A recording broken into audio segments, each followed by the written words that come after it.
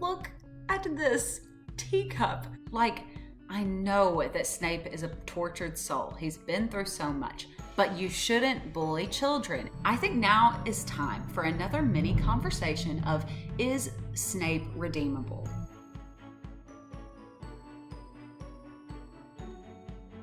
Hi you guys, and welcome to Muggles and Mocha.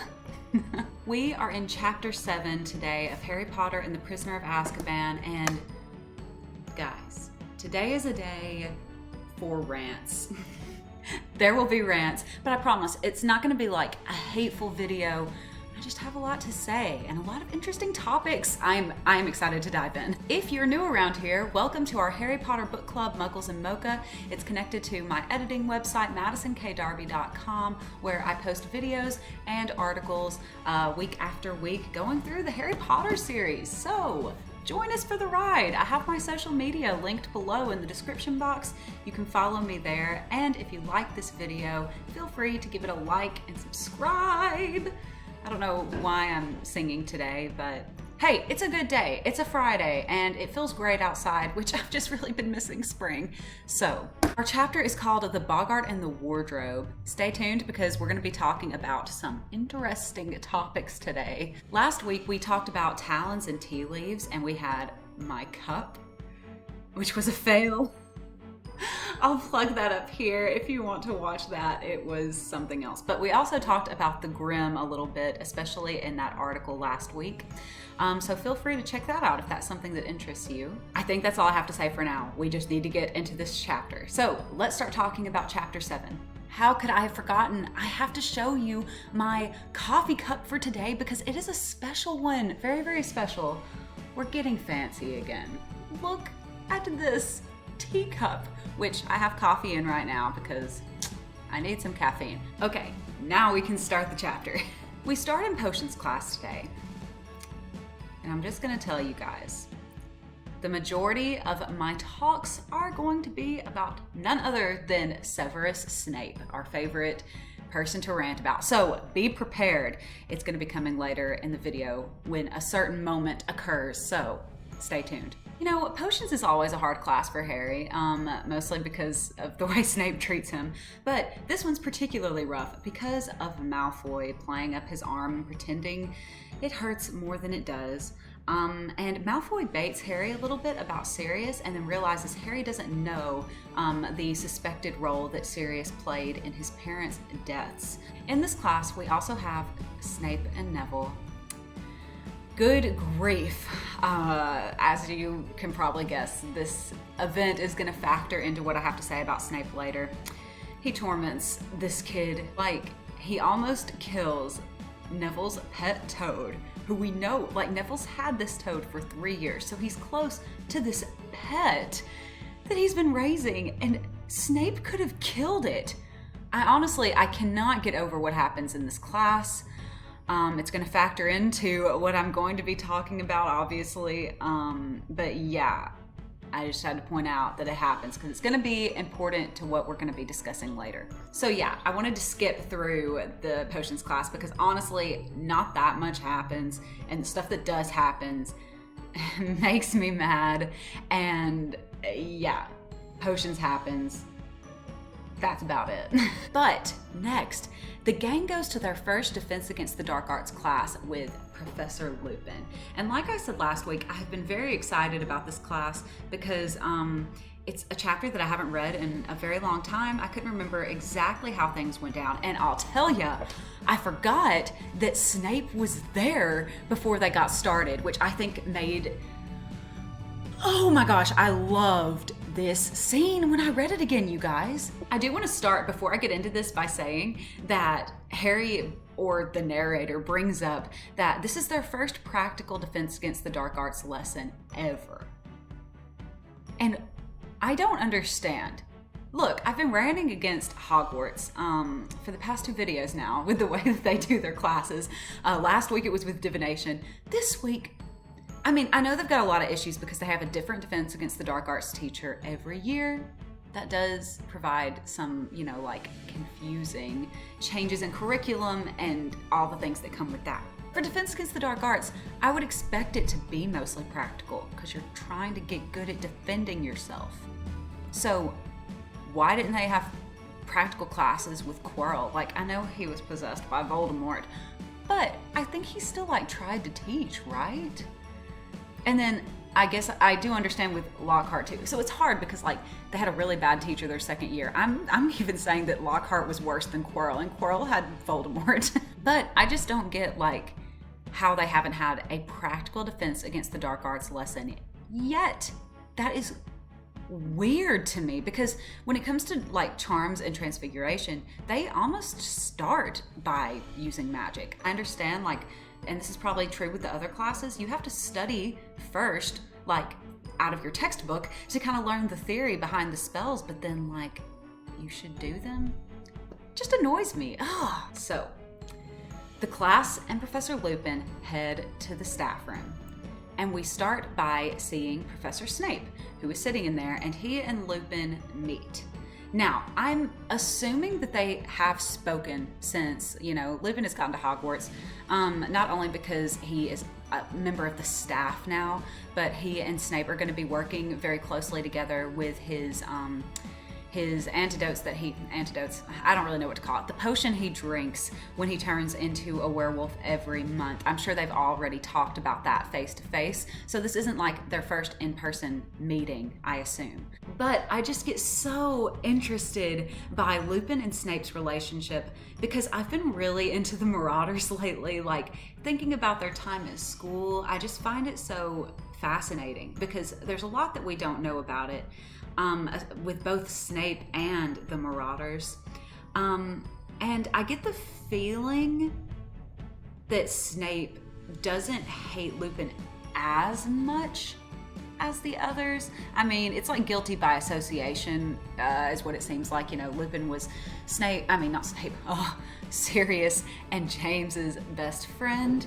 So he was there all the time he was getting bullied, and the way Snape treats Lupin at the end of this book, we know he does hate him, but I just wonder like what he thinks of Lupin and what Lupin thinks of him. Like, he dislikes Snape, but I wonder how much regret he has for the things that happened, how much he thinks of, you know, like Snape brought it on himself. Is he in denial? Like, I don't know. I just wonder what they think every time they see each other and the memories that come flooding back. I want more. I want an internal monologue from Lupin and from Snape, really, whenever they come in contact with each other. So, Snape.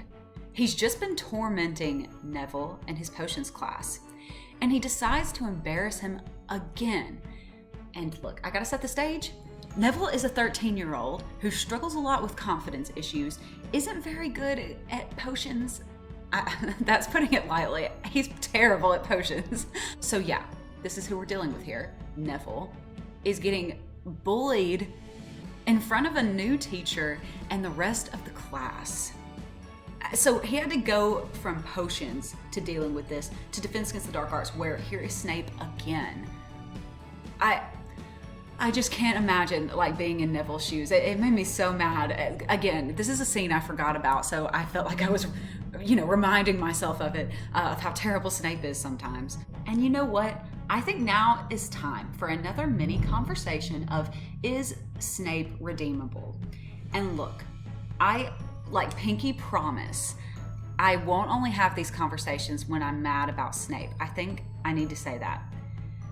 The problem is the majority of what we get, I'm trying to think of like a good moment, in the first,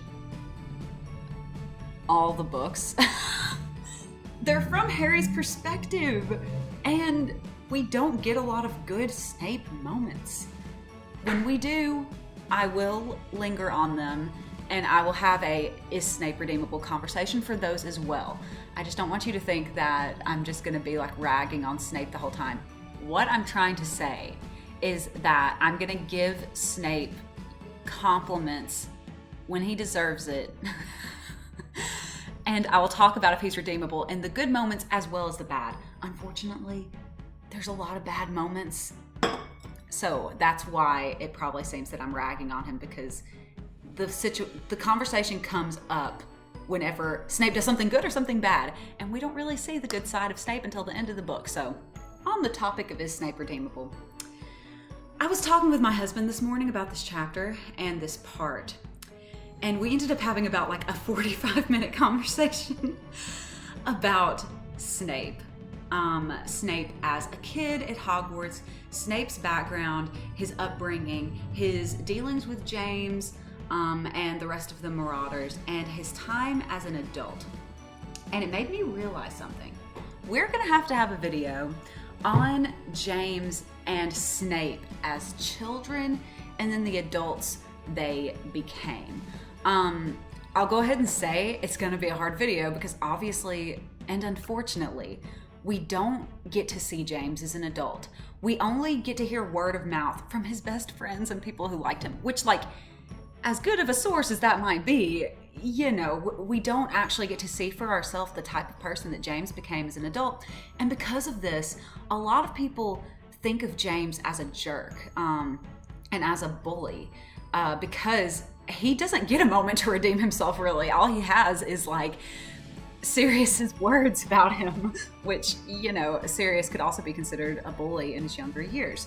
I just think that's kind of unfair for James. And I would say the same thing about Snape, because this is what you're going to find when you listen to me talk about this. I will view what James and Snape did as kids and as teenagers and, you know, talk about, hey, this was bad, they shouldn't have done this. But I'm not going to hold those characters to that as an adult. And like I said, that's true for Snape too. And that's, I think, the reason I get so fired up about Snape, because my feelings toward him really are not based in the way he acted as a kid. You know, we see him call Lily a mudblood. We see that he doesn't treat other people very well. He came up with the spell Sectum Sempra for a reason, and that's a really dangerous spell. You know, we don't get to see much of Snape as a kid, but from what we know and what Lily says about him, things weren't going very well for him. He was making some bad decisions. I don't really, I care about it, but I also view it with saying, like, look, he was a kid. He had a horrible upbringing. Yeah, like, let's see how he becomes as an adult, basically.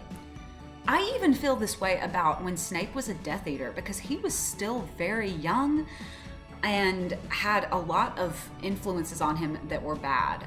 I don't really feel a hatred toward him for the decisions he made then. And he probably did some horrible things, you know what I mean? But again, I'm really big on viewing people on where they are now and how those situations affected them. We can look at them and say, hey, that was really bad. Let's look at why they did these things. Are they still the same person now? What did they learn from this? I say all of that to say, I'm viewing Snape as an adult now, and the thing that makes me mad is what I see him do here in these books, not even to Harry, to everyone, to the children, and to the adults in his life. Like, it fires me up. And you know what makes me mad here? It's not just the way that Snape treats Neville and his class. It's the fact that Snape is Neville's worst fear.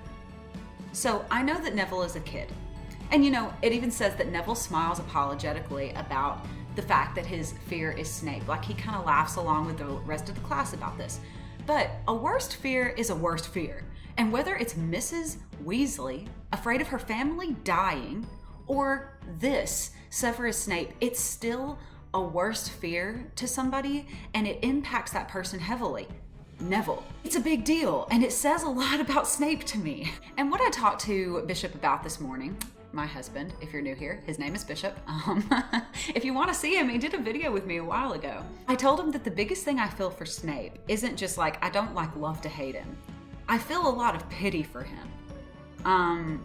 Because, I don't know, I take a lot of things into consideration when I'm analyzing a character. I mean, we're not just inherently the people that we are. We do have, I think, some inherent traits, but there's a lot that affects us. So I take that into consideration with Snape as well. But still, there comes a point. There comes a line. Like, he has to be accountable for his actions, especially as an adult. Like, I know that Snape is a tortured soul. He's been through so much. But you shouldn't bully children. And that's just, see, look, it even sounds crazy me having to say that out loud. So as you'll see at the end of this series, which, y'all, we've almost been going for a year. I don't know if you realize this. We have almost been doing this book club for a whole year. But I won't get off on that now. What I'm saying is we're going to be talking about this for years. When we get to the end, I will finalize my thoughts on Snape. Do I think he's a redeemable character or not? And as you will see, stuff like this with Neville is what plays a lot into my negative opinion of Snape.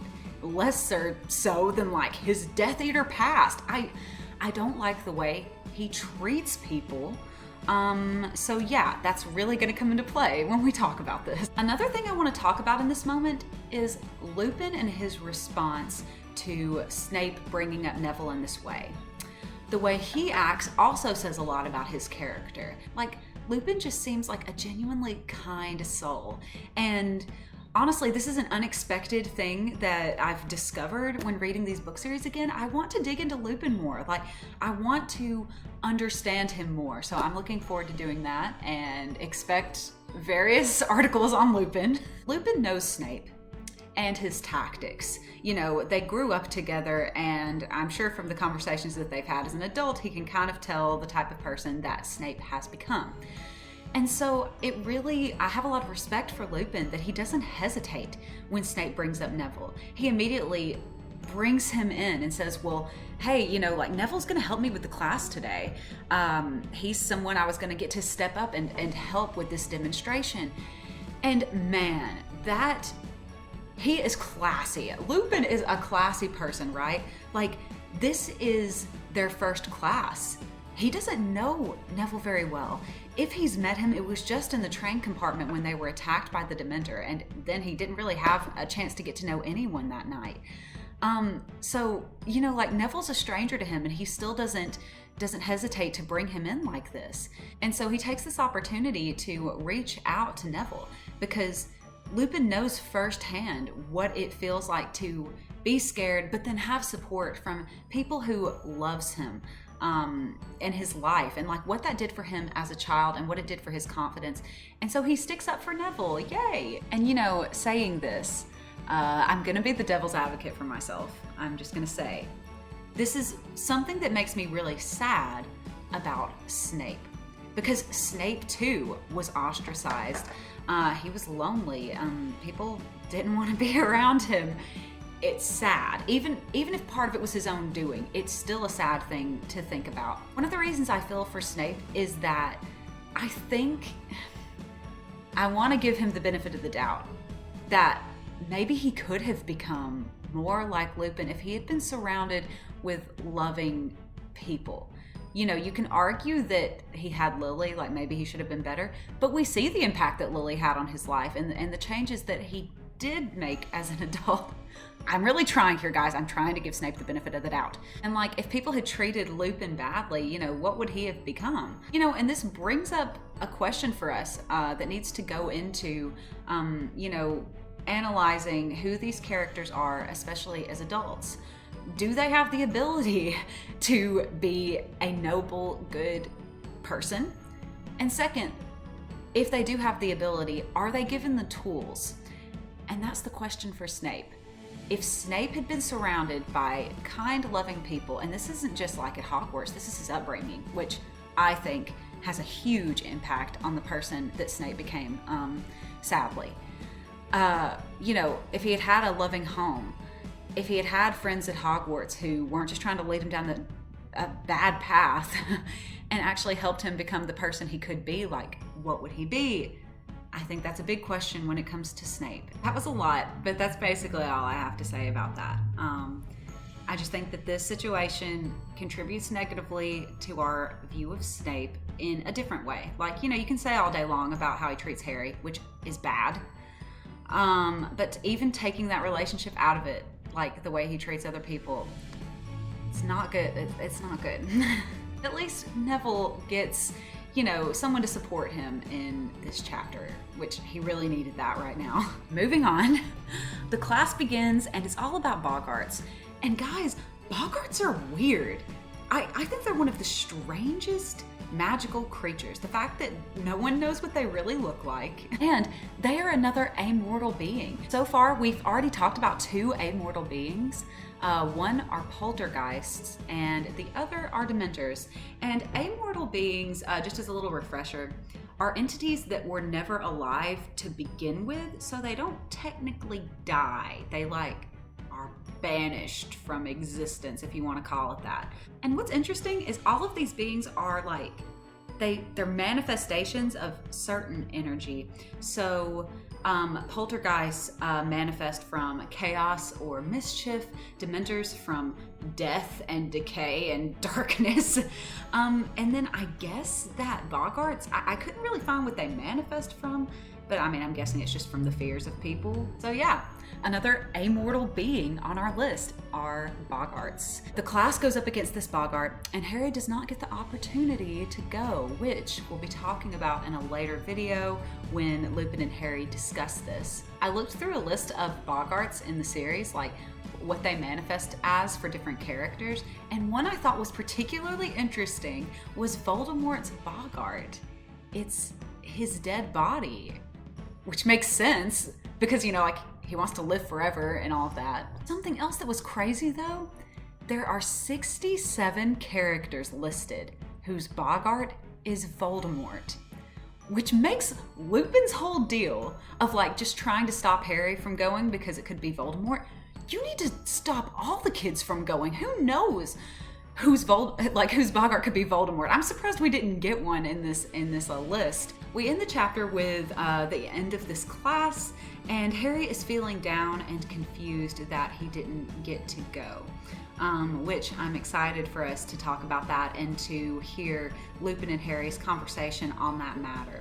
But for now, let's read the last paragraph. "That was the best defense against the dark arts lesson we've ever had, wasn't it?" said Ron excitedly as they made their way back to the classroom to get their bags.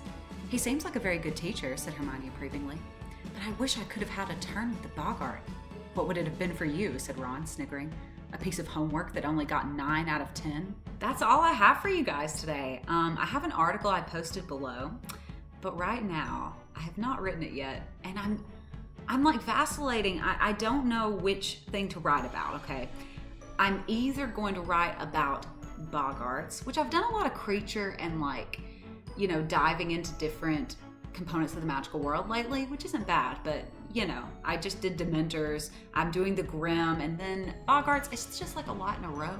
The second is I kind of want to write a little bit more about Lupin and Snape's relationship and the differences between them as characters that we see in the scene that I just like went crazy on a couple of minutes ago.